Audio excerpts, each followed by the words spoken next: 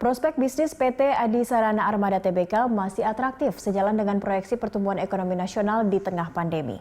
Perseroan menyiapkan strategi bisnis baru dan tetap ekspansif sambil terus menggalang dana untuk menggenjot bisnisnya. Kita akan membahas strategi bisnis ASA bersama Direktur Utama PT Adi Sarana Armada Tbk, Projo Sunaryanto. Selamat pagi Pak Projo.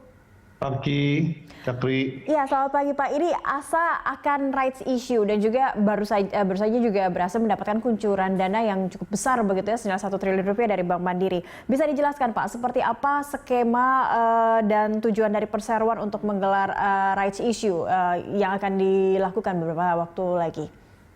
Oke. Jadi bisnis ASA ini sebenarnya kan ada 3 pilar ya. Jadi 3 pilar ekosistem.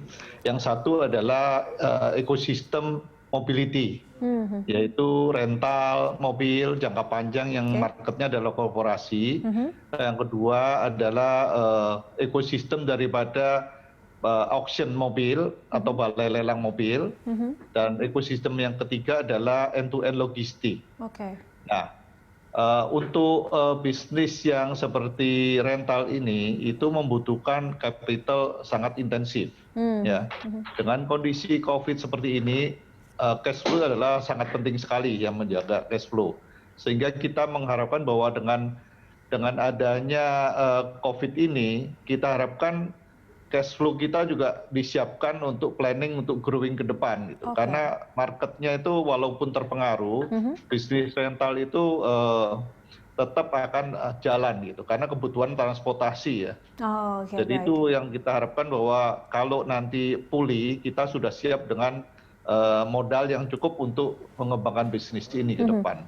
Setidaknya tidak hanya modal tapi juga armada juga semakin banyak begitu ya Pak ya untuk mengakomodir, kita tidak tahu 2021 siapa tahu 3 pilar tersebut semakin ekspansif lagi. Tapi kalau dari 3 pilar yang tadi Anda katakan, ada rental, juga ada lelang kendaraan dan juga end-to-end logistik. Dari ketiganya mana yang paling ekspansif dan yang paling bisa mendulang keuntungan bagi perusahaan yang paling besar begitu Pak Projo? Kalau dilihat kondisi sekarang begitu ya. Bisnis pilar kita yang pertama itu rental mobil ya. Rental mobil itu seperti produsen mobil bekas. Ya, jadi kita membeli mobil baru, kita sewakan, kemudian setelah 4 tahun kita jual. Jadi itu seperti memproduksi mobil bekas. Jadi ini adalah bisnis awal daripada core kita. Tapi bisnis ini adalah heavy asset ya. Jadi capital yang dibutuhkan itu sangat besar. Sehingga ada satu constraint yaitu mengenai permodalan. Karena ada masalah di debt equity ratio, kalau di atas 4 kali itu pajak tidak akan mengakui biaya bunga sebagai tax deductible income. Nah, ini yang menyebabkan kenapa kita mulai berpikir bagaimana membuat satu ekosistem yang lain yaitu end-to-end logistik. Karena kita sudah punya bisnis logistik, tetapi tren daripada bisnis ini sebenarnya adalah e-commerce dan online commerce ya. Jadi itu kan kita harus ikut angin, perkembangan zamannya kan memang bisnis ini yang paling growing-nya eksponensial. Apa-apa logistik, apa-apa dikurir, apa-apa diantar saja begitu ya. Nah, kemudian pada waktu kita mau menciptakan ini, kita sudah berpikir bahwa kita akan pick up dan deliver daripada servisnya. Sehingga kebetulan di masa COVID ini, itu kan orang pinginnya adalah contactless ya. Iya, betul. Contactless supaya tidak terpapar dengan COVID. Nah, itu bisnisnya si Antraja, bisnis kita yang kurir, itu menjemput parcel atau paket, ya, kemudian kita deliver gitu.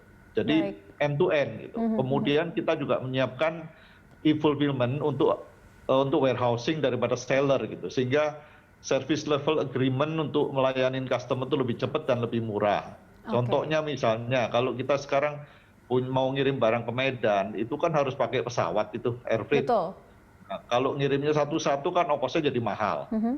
Nah, kita menyiapkan gudang namanya e-fulfillment atau sharing warehouse, di mana si seller itu bisa menitipkan dagangan dia di tempat kita, sehingga pada waktu ada order, kita bisa deliver dengan segera karena kurir kita ada di sebelah daripada warehouse tersebut gitu. Sehingga cost-nya jadi lebih murah, Oke. kemudian delivery-nya juga lebih cepat. Baik, Pak Projo, ini artinya sudah ada lini yang terbaru yang nampaknya ini sangat up to date dan bisa lebih ekspansif begitu ya dari ASA ya. Dan kalau kita kembali ke rights issue-nya begitu Pak, untuk apa nanti dana hasil rights issue akan digunakan oleh perusahaan?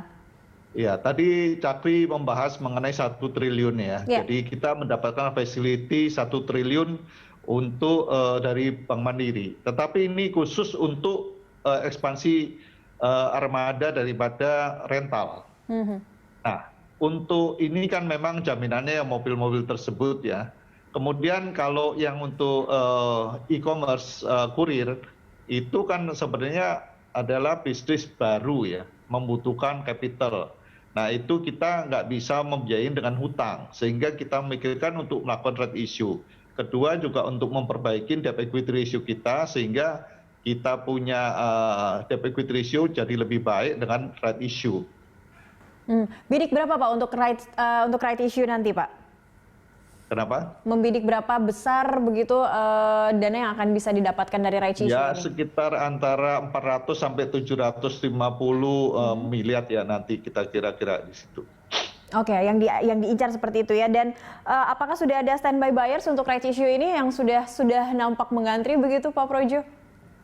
Ya, kita sih udah membicarakan ya, tapi kita nunggu RUPS-nya. Oke. Jadi banyak peminatnya sih sebenarnya.